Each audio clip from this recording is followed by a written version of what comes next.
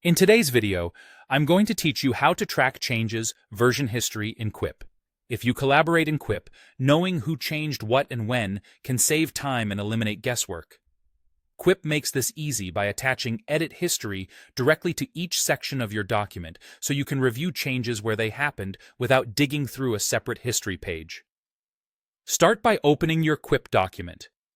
Any document will work, whether it's a proposal, a shared note, or a meeting agenda. Once the document is open, click on a section or a paragraph of text.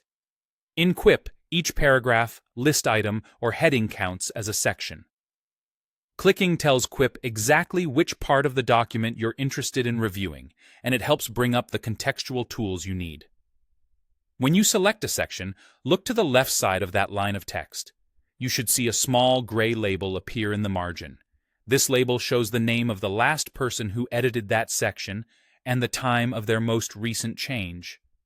Think of it as a quick snapshot of ownership and timing for that specific block of content. If it doesn't appear right away, make sure your cursor is inside the text you care about, or move your mouse slightly toward the left margin so the label has room to show. To go deeper, hover your mouse over that gray name label, or click it if you prefer to keep the details visible. A small history view will open that lists who edited that section and when those edits happened. You'll see a chronological record, which makes it easy to trace the evolution of a sentence, a bullet point, or a heading.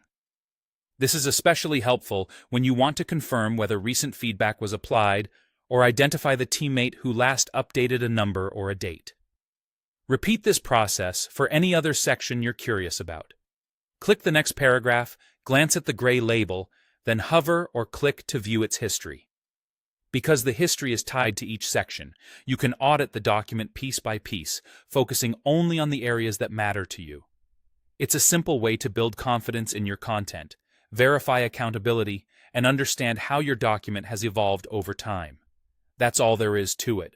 Open your document, click a section, look for the gray label on the left, and hover or click to view the detailed edit history for that exact piece of content.